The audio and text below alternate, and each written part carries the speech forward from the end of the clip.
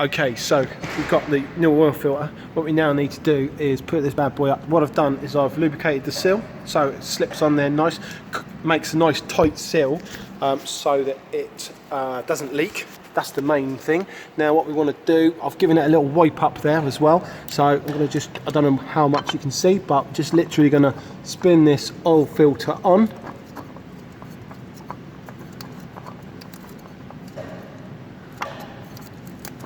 Okay, get it started by hand.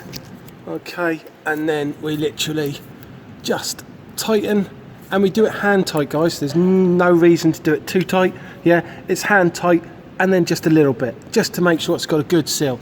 Then, as you can see there at the bottom of the engine there, where I've drained the oil, we've got a lot of mess there. So obviously I need to get a rag and tidy that all up to make sure it's okay. And then what I'll do next is go through a little service check to show you what you need to do on the underside.